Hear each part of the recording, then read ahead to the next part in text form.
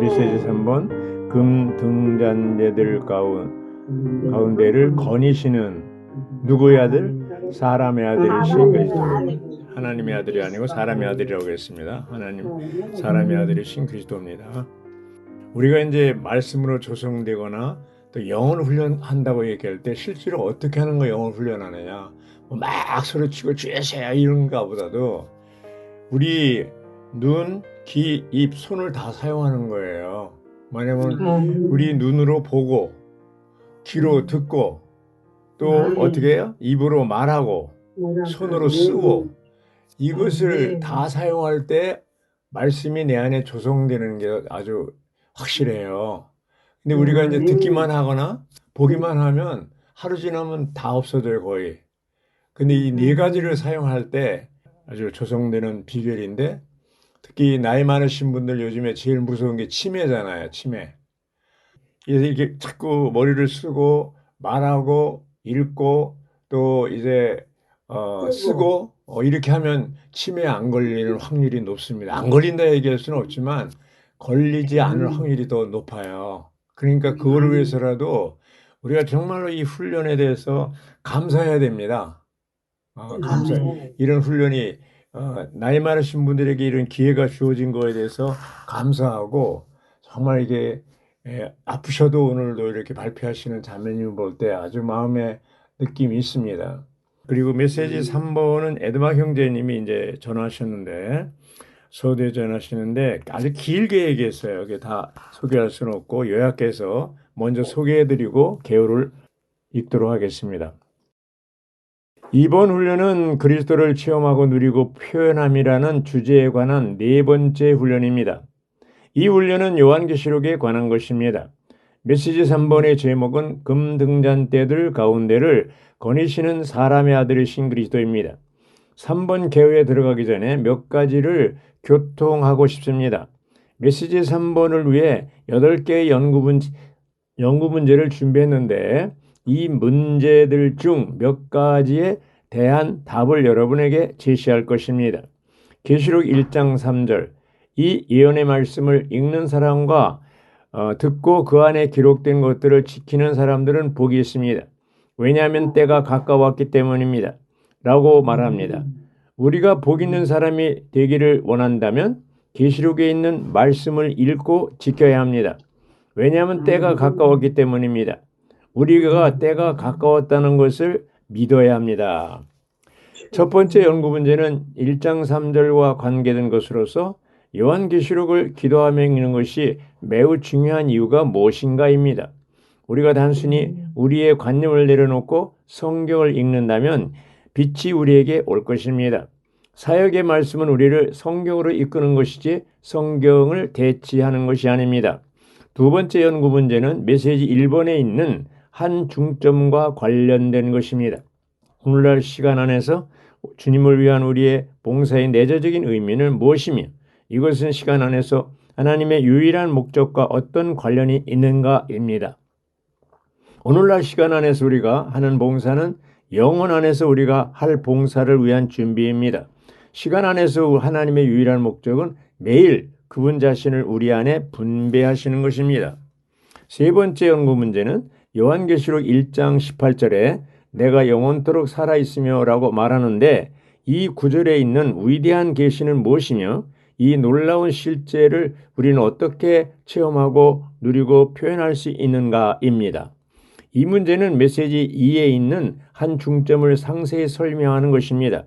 워치마니가 쓴 영광스러운 그리스도의 이상이라는 책에서 주님은 다시 사셨을 뿐 아니라 영원토록 살아계신 분이십니다. 이렇게죠.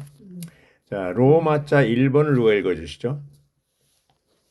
금등잔대들 가운데를 거니시는 사람의 아들이신 그리스도에 대한 이상을 보려면 우리는 반드시 주님의 이기는 전달자들이 되어야 한다.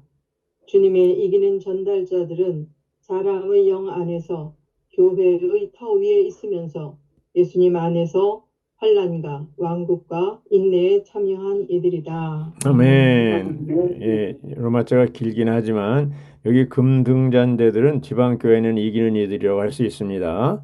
근데 여기 이제 금등잔대들 가운데 거니시는 사람의 아들이신 그리스도에 대한 이상을 보려면 어떻게 돼요? 말하자면 이기는 전달자들이 되려면 첫째 영 안에서 있어야 되고, 두 번째는 교회의 터에 있어야 되고, 세 번째는 예수님 안에서 인내에 참여해야 됩니다. 계시록 1장에서 영광스러운 그리스도는 고난받고 있는 사도 요한에게 나타나셨죠. 그에게 새로운 계시와 위임을 주셨습니다. 사도 요한은 이전에 보지 못한 이상을 보았고 이전에 알지 못했던 보좌에 앉으신 주님을 알게 되었습니다. A본 영문자 A본을 보면요. 초기의 교회 생활의 실행은 한 도시에 한 교회를 갖는 것, 곧 한 도시에 오직 한 교회만 있는 것이었다. 한 도시에 하나보다 더 많은 교회가 있지 않았다. 여기 뭐가 나와요? 한 도시 한 교회 이렇게 나옵니다. 이게 중요한 거죠. 그래서 이제 이 교회라고 얘기하고 교회의 타락은 어디서 옵니까? 한 도시 한 교회 그 입장에서 떠날 때 어떻게 교파가 되는 거잖아요. 이 위치를 떠난 거죠. 천사장의 타락은 뭐예요? 위치를 떠나는데 천사장의 위치를 떠날 때 사탄이 되고 교회가 위치를 떠날 때 교파가 되는 것입니다. 굉장히 그래서 회복이라는 건 뭐예요? 본래 위치로 돌아가는 것이죠. 돌아가는 것. 영문자 비번에 보면 하나님께서 선택하신 장소인 하나라는 진정한 터위에서 모이는 우리의 집회에는 네 가지 특징이 있다. 예. 그러니까 이게 뭐냐면 하나를 유지하고 지키기 위해서 네 가지 특징이 있는데 첫째는 뭡니까? 하나님의 백성은 언제나 하나여야 한다. 이렇게 하나의 터를 유지할 때 가능하죠. 두 번째는 뭡니까? 하나님의 백성은 주 예수 그리스도라는 유일한 이름 안에 함께 모여야 된다. 그렇죠? 이름.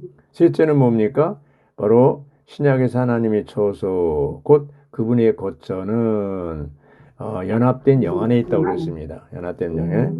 그래서 하나님은 구약 시대에 하나님을 경배하기 위해서 한 장소를 정해줬죠. 신약 시대에도 이제 장소를 정해주는데 바로 그것이 영 안에입니다. 영 안에. 넷째는 뭡니까? 하나님께 경배할 때 육체와 자아와 타고난 생명을 거절해야 됩니다. 그리고 그리스도의 십자가를 참되게 적용해야 됩니다. 그래서 쉽게 말하면 회복 안에 들어와서 이제 하나를 유지하기 위해서 네 가지를 해야 되는데 첫째는 하나의 터에 모여야 되고 반드시 연합된 영 안에서 모여야 되고 또 뭐예요? 하나님 연합된 영이라는 것은 한 영이죠. 하나님의 영과 사람의 영이 한 영이 됐잖아요. 그리고 그 처소에서 그 연합된 영 안에서 하나님을 경배하고 또 하나 중요한 건 뭡니까? 십자가를 적용해야 된다는 것이죠. 그 십자가를 적용한다는 건 뭐예요? 이 건축을 방해하는 육체, 자아, 천연적인 생명, 집회에 들어오기 전에 이걸 십자가로 처리하라는 거예요. 교회 안에 대부분의 문제는 어디서 발생합니까? 바로 자아와 육체, 혼생명을 처리받지 않은 사람들 때문에 발생하잖아요. 영문자 C번을 보면요. 우리는 예수님 안에서 뭐에 참여한 이들이에요? 환난. 환난에 참여한 일이. 환난은 다 싫어하잖아요. 예, 싫어하죠. 예수님 안에서라는 말이 있는데 이 말은 뭐냐면 바로 예수님을 따르는 동안 내주하시는 예수님의 영, 고난을 견디는 넘치는 힘을 가지신 한 사람의 영에 의해 고난을 견디며 박해를 받고 있다는 것을 의미한다. 예수님 안에서는 주님과 함께 고난을 견디는 것을 얘기합니다. 예. 그래서 여기 사도행전 16장 6절, 7절 거기 인용했는데요. 그게 어떤 장면이냐면 바울이 이제 아시아에 복음을 전하갔는데 성령께서 바울이 가고자 하는 곳에 가지 못하게 한 거예요.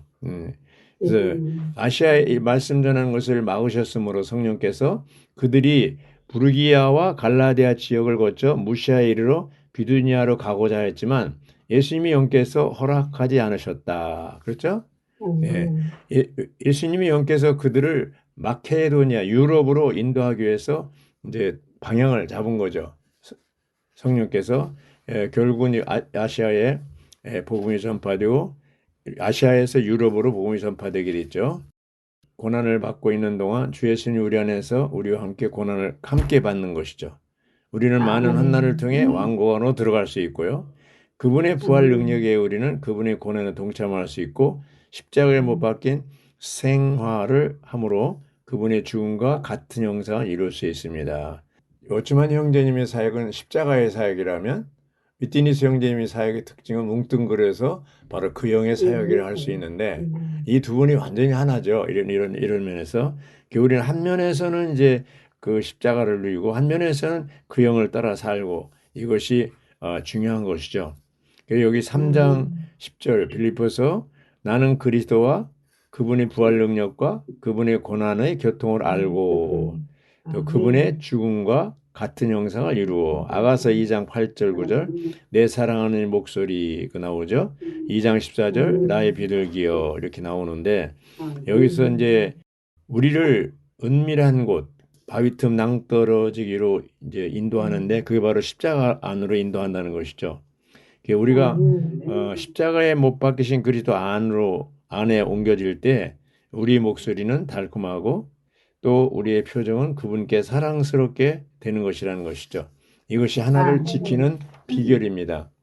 그래서 우리는 죽기까지 우리의 온 생명을 사랑하지 말아야 하고 형제들을 위해 우리의 목숨을 버려야 합니다. 말하자면 계시록 12장 11절에 있는 것처럼 그 이기는 자들 나오잖아요. 사내하에. 그들이 어떻게 해서 이겼냐면 첫째 예수님의 어린 양의 피, 두 번째 그 입에 증언하는 말, 세 번째 혼생명을 살아하지 않는 것. 예. 이것이 처리되는 것이 바로 이기는 자고 그것이 사내이고 그죠? 전달자들입니다.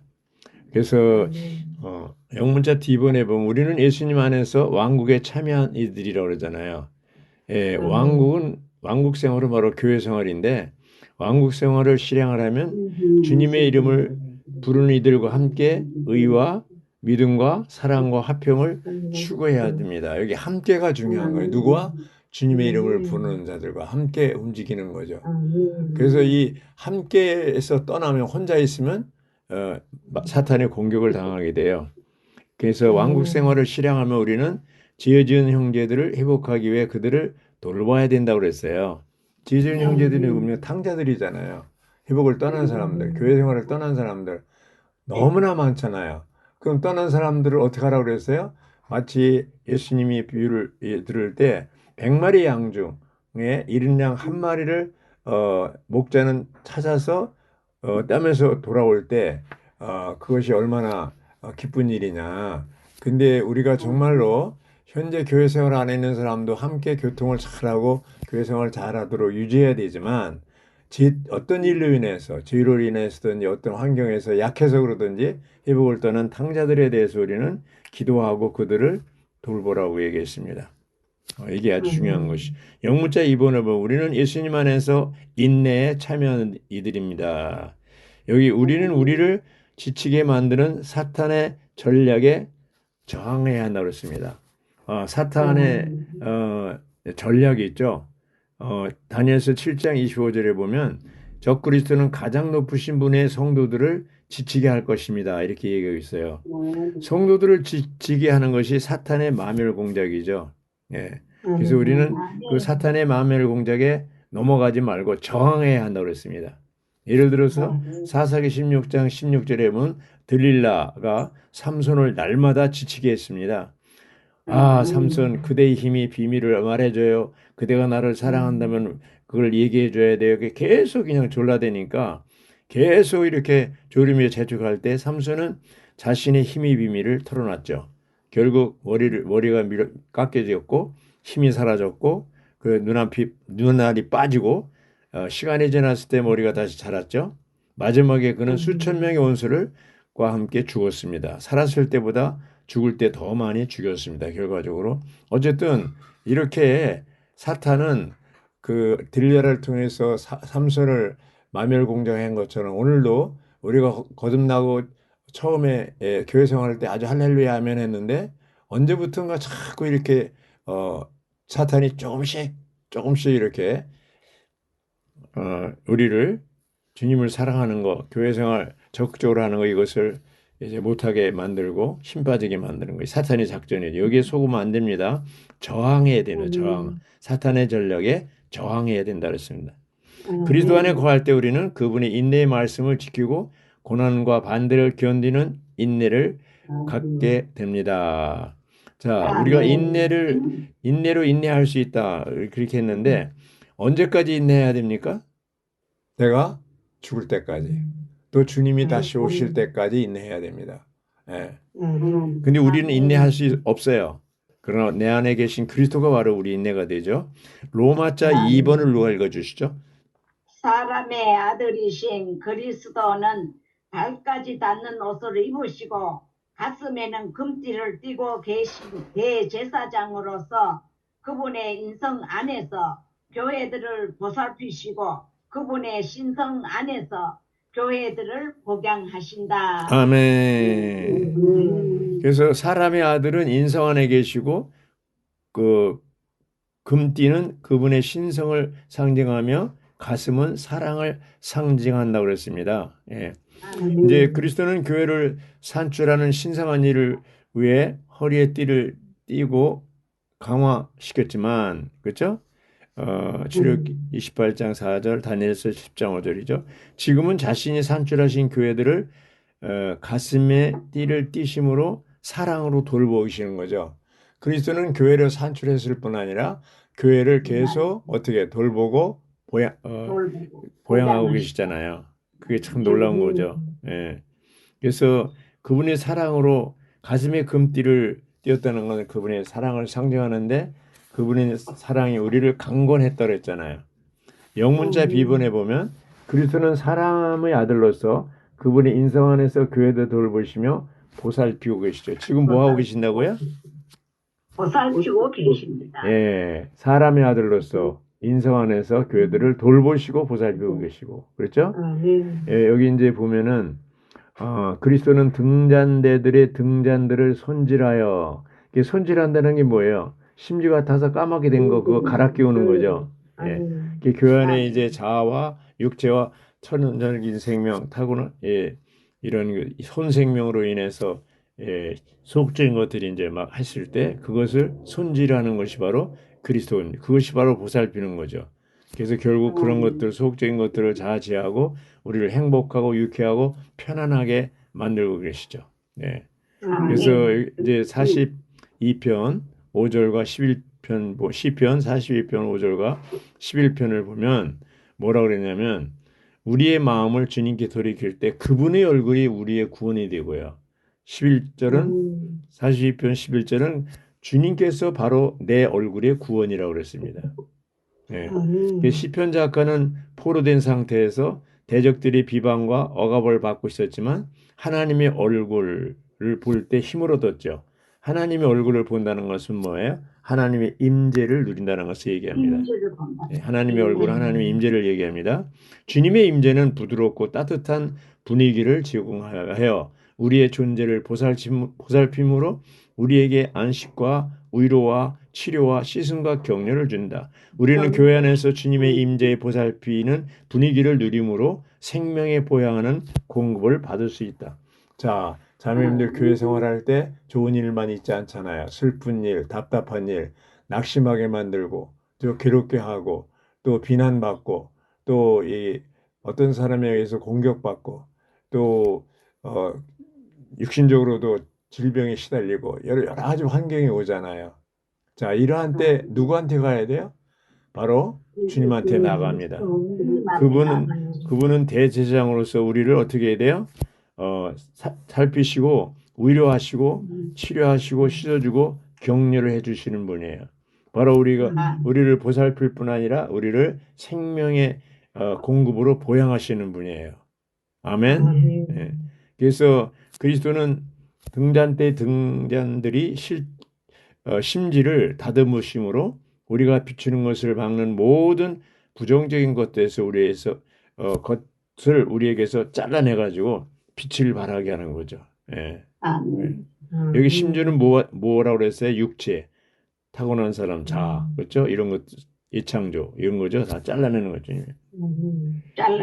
잘라내야 돼. 아멘. 여기 이제 영문자 C번에 보면 그리스도는 가슴에 띈 금띠로 상징된 것처럼 그분의 신성 안에서 그분의 신성한 사랑으로 교회들을 돌보시면서 보양하신다는 거죠. 예. 여기 이제 어떻게 보양하시냐? 그리스도는 세 단계로 된 그분의 충만한 사역 안에서 보양하시는데 세 단계 사역이 뭐예요? 성육신의 단계, 포함의 단계, 강화의 단계입니다. 예. 포함의 단계는 생명 이는 영을 영 안에서 돌보시고 강화의 단계는 계시록 시대에 실배에 강화된 영을 얘기하는 것이죠. 그래서 우리를 이기는 이들로 산출하기 위해서 또 생명 안에서 자라고 성숙하게 하기 위해서 계속해서 우리를 보양하시고 돌보시고 교회들 가운데 금등잔대들 사이로 거느리고 계십니다. 왜 사람의 아들로서 거느리고 계시냐면 우리를 심지를 갈아 끼울 뿐 아니라 우리를 격려하고 보살피고 또 치료하고 힘을 주고 그렇죠? 위로하고 그래서 정말 주님은 저도 이제 지금까지 교회 생활 50년 됐는데 작자는 세월이지만 그동안에 보면은 그때 당시에는 참 주님이 이제 나를 버렸나 보다 이렇게 생각했지만 돌이켜보면 버린 게 아니고 그것이 나를 살리기 위해서 그렇게 하는 거라는 것을 알게 된 것이죠. 예. 그래서 이런 걸 볼 때 정말 주님은 지금도 대제사장으로서 우리를 돌보고 또 이제 보양하시는데 조건은 뭡니까? 반드시 교회 안에 있어야 됩니다. 교회 생활 안에. 예. 로마서 3번을 누가 읽어주시죠? 하늘에 속하신 주님께서 태고부터 계신 것은 그분의 머리와 머리털이 흰 양털과 눈같이 희다는 것으로 묘사된다. 네. 여기 이제 쭉 로마서 3번부터 쭉 보면 머리부터 발끝까지 그분 그리스도에 대해서 쭉 얘기 나오는데 그분의 머리와 머리털이 흰 양털과 눈같이 희다는 것을 묘사한다. 이건 뭘 얘기해요? 하늘에 속하셨다는 것과 태고부터 계셨다는 것을 얘기한다고 그랬어요. 로마서 4번을 읽어주시죠. 주님의 일곱 눈은 불꽃과 같으며 살피고 감찰하고 찾고 빛비춤으로 심판하고 도입하기 위한 것입니다. 예, 여기 눈이 나옵니다. 눈이 어떻게 해요? 불꽃 같은 눈이라고 그랬어요. 왜 이 불꽃 같은 눈은 일곱 눈은 불꽃 같은데 이게 뭐예요? 살피고 감찰하고 찾고 빛비춤으로 심판하고 주입하기 위한 거예요. 이렇게 심판하기 위한 거예요. 또 로마자 5번을 읽어주시죠. 주님의 발은 용광로에서 대련된 빛나는 물새와 같은데 이것은 그분께서 온전하고 밝게 행하셨기 때문에 그분께는 신성한 심판을 집행하실 자격이 있으시다는 것을 의미한다. 자, 이제 발이 나왔습니다. 발. 예. 근데 이 온전하고 밝게 행하셨기 때문에 이 발은 뭐예요? 신성한 심판을 집행할 자격이 있다는 걸 의미한다고 그랬어요. 자, 로마자 6번 읽어주시죠. 주님의 음성은 많은 물소리와 같은데 이 소리는 천둥과 같은 소리, 곧 엄숙하고 장엄한 전능하신 하나님의 음성이다. 예, 이제 음성. 정말 이 복음서에서 예수님은 평범한 사람의 목소리로 얘기했지만 계시록에서 예수님의 음성은 뭐예요? 많은 물소리와 같다고 그랬어요. 심지어는 천둥과 같은 소리라고 그랬어요. 엄숙하고 장엄한 전능하신 하나님의 음성이라고 그랬어요.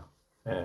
그러니까 사복음서의 그 음성과 계시록에 나타난 음성이 다르잖아요. 그렇죠? 정말 이것을 사도 요한이 듣고 아주 놀랬죠. 자, 로마자 7번을 읽어주시죠. 그리스도는 교회들의 빛나는 전달자들을 붙잡고 계시는 분이시다. 예, 아멘. 그리스도가 누구를 붙잡고 있어요? 빛나는 전달자들을 붙잡고 있어요. 예. 교회들을 빛나는 전달자. 예, 이 전달자들이 중요합니다. 전달자들은 교회 안에 있는 영적인 이들, 곧 예수님의 증거를 책임지는 이들이라고 그랬어요. 예, 그들은 별들처럼 하늘에 속한 본성을 지니고 하늘에 속한 위치에 있는 전달자들은 주님에게서 신성한 메시지를 받아 그분의 백성에게 전달하는 이들이라고 그랬어요.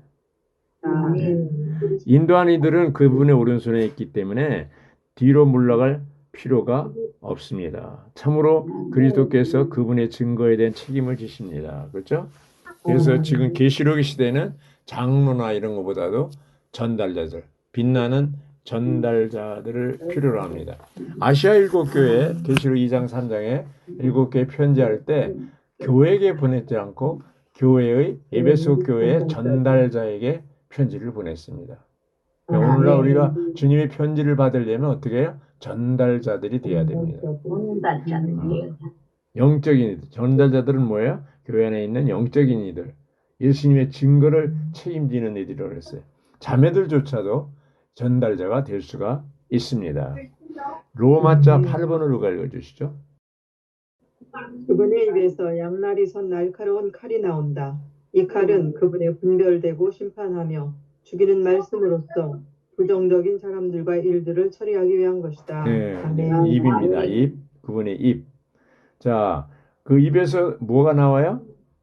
날카로운 양날이 선 날카로운 칼이 나온다. 이 칼의 역할이 뭐예요? 분별하고 심판하며 죽이는 말씀이었어요. 그래서 부정적인 사람들, 일들 다 처리하기 위한 것이죠. 계시록 시대에 교회 안에서 이러한 그분의 입에서 나오는 양날이 선 날카로운 칼이 필요합니다. 그래서 우리가 이런 면에서 정말 조심해야 됩니다. 우리가 그리스도로부터 빗나간 그런 위치에 있다거나 또 말을 한다거나 이런 것들 다 처리받게 되는 것이죠.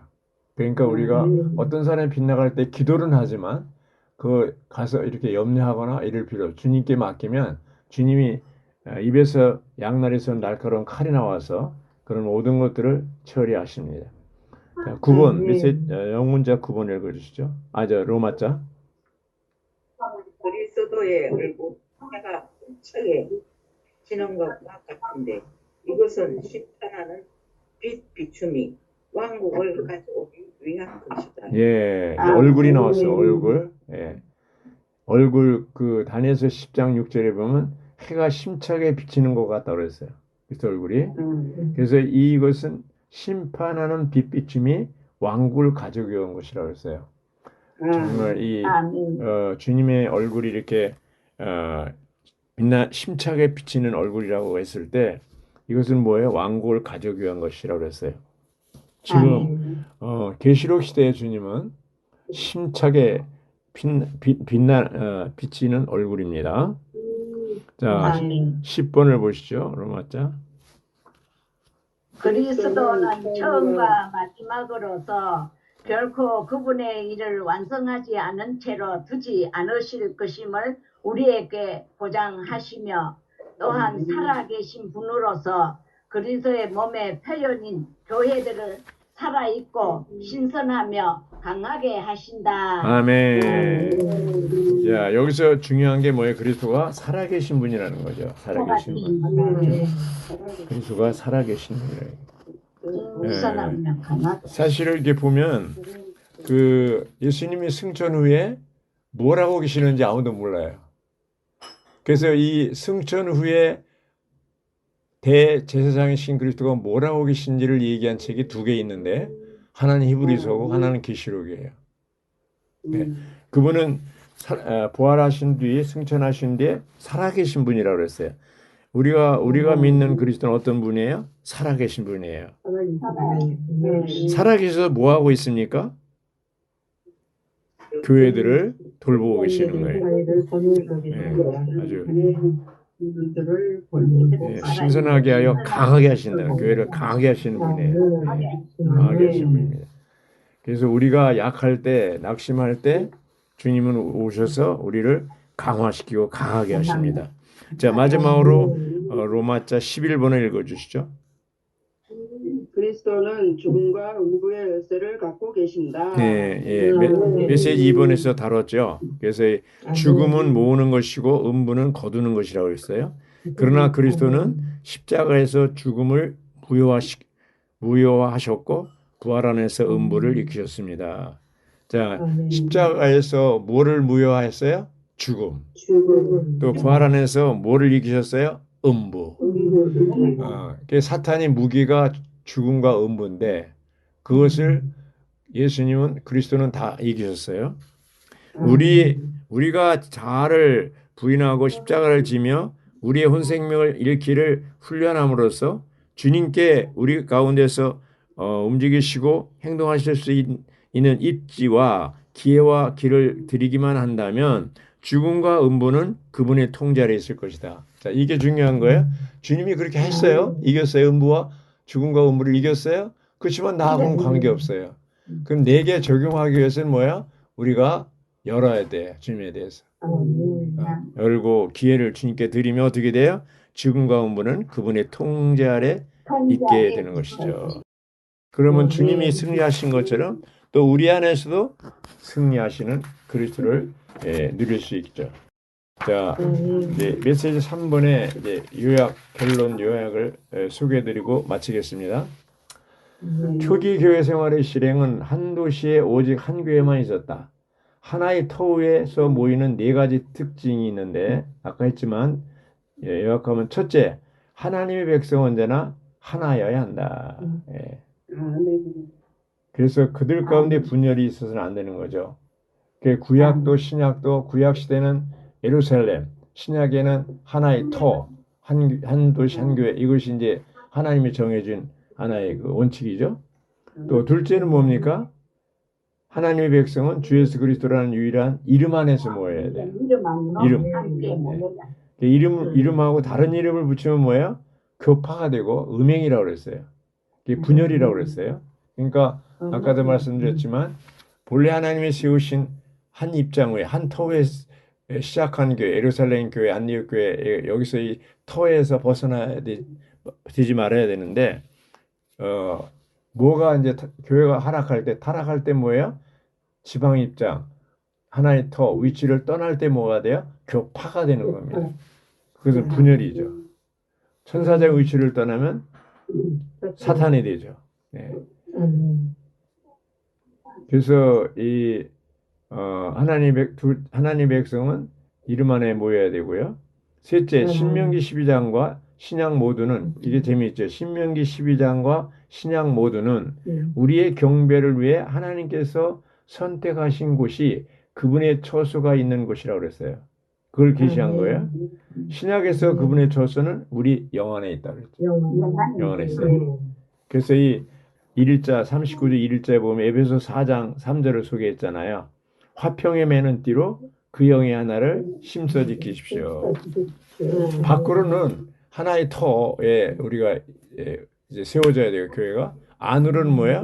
그 영의 하나 되게 한 것을 힘써 지켜야 됩니다. 힘써 지켜야 됩니다. 그리고 이제 넷째 보면은 신명기 12장과 신약에서 우리에게는 제단 곧 십자가가 있어야 된다 그랬죠. 그렇죠? 그 십자가는 뭐를 처리해요? 육체, 자아, 타고난 생명 이것을 다 처리한다 그랬습니다. 요한복음 3장 5절은 우리가 다시 태어남으로써 왕국에 들어간다고 말하는데 이 왕국이 계시록 1장 9절에서 말한 바로 그 왕국입니다. 계시록 1장 12절 13절에서 그리스도는 긴 옷을 입은 사람의 아들로서 금 등잔대를 돌보신다. 이 옷은 제사장의 의복이며 그리스도께서 우리의 대제사장이심을 보여준다. 그분은 인성 안에서 교회들을 돌보시고 신성 안에서 교회들을 보양하고 계신다. 이것은 이기는 이들을 산출하게 한 것이다. 그러니까 우리는 절대로 이기는 이들이 될 수 없어요. 주님이 제사장이신 주님께서 우리를 이기는 이들이 되도록 하는 거죠. 오늘날 우리가 교회 생활 안에서 생명나무이신 그리스도를 누리지 않는다면 왕국 시대에서 생명나무에 참여하지 못할 것이다. 오늘 그리스도를 먹지 않는다면 왕국 시대에 그를 먹지 못할 것이다. 우리는 천년왕국 시대에 잘한다고 생각하지 말고 오늘 교회 시대에 할 수 있어야만 천년왕국에서도 할 수 있다는 거예요. 준비하는 기간이죠. 계시록 1장 14절에서 그분이 눈은 불꽃과 같다. 이것은 그분께서 감찰하시고 찾으시고 빛을 비추어 심판하시기 위한 것이다. 그분의 일곱 눈은 보좌 앞에서 타고 있는 일곱 등불이고 하나님의 일곱 영이라고 그랬어요. 아주 살피시고 감찰하시고 심판하기 위해서요. 우리 하나님은 태워버리는 불이시다. 불은 신성한 심판을 위한 것이다. 그분의 보좌는 불꽃이고 불이 강물처럼 보좌에 흘러 나온다고 했습니다. 놀랍죠? 강물처럼. 그분은 불로서 땅을 심판하시고 소유하러 오실 것이다. 노아 시대에 물로 심판했지만 이제 다시 오실 주님은 불로 심판하신 거예요. 땅을 소유하실 것입니다. 계시록 1장 16절은 그분의 오른손에는 7별이 있고라고 말하는데 7별은 7교회 전달자라고 그랬어요. 전달자들은 교회 안에 예수님의 증거를 책임지는 이들이고 계시록에서는 장로들보다 전달자들이 있습니다. 오늘날 모든 그리스도인에게는 주님의 말씀에 의한 그분의 심판이 필요하다. 많은 때 우리는 주님에게서 빗나갔기 때문에 심판을 받고 있다. 그분의 입에서 나오는 말씀은 우리를 심판하는 날카로운 칼과 같다고 했습니다. 아가서 5장 10절과 13절에서 그리스도의 얼굴은 사랑스럽게 나타나며 서신서들에서 그리스도의 얼굴은 하나님의 영광을 반사한다. 계시록 1장 16절에서 그분의 얼굴은 다니엘서 10장 6절에 있는 것처럼 해가 힘차게 비치는 것처럼 빛난다고 그랬습니다. 자, 우리는 이 빛나는 그리스도의 얼굴을 매일매일 배워야 됩니다. 마지막으로 빛나는 것은 심판을 위한 것이며 왕국을 가져오기 위한 것이다. 주님께서 얼굴이 해같이 빛날 때 그것은 왕국이 임한 것이다. 주님께서 왕국을 위해 땅을 소유하러 오실 때 그분의 얼굴은 빛날 것이다. 자, 자매님들, 우리가 교회 생활 가운데서 주님의 얼굴을 대하는 이런 것이 필요합니다. 주님의 얼굴은 바로 주님의 임재라고 그랬어요. 매일매일 우리는 누구를 대합니까? 우리 자매님들 그러잖아요. 아이고, 자매님 얼굴 보고 싶어서 얼굴 보고 싶었는데 이제 만났네 그러잖아요. 그 얼굴 보고 싶다, 얼굴 봤다, 그건 뭡니까? 그 임재이죠. 임재. 함께 있다는 얘기예요.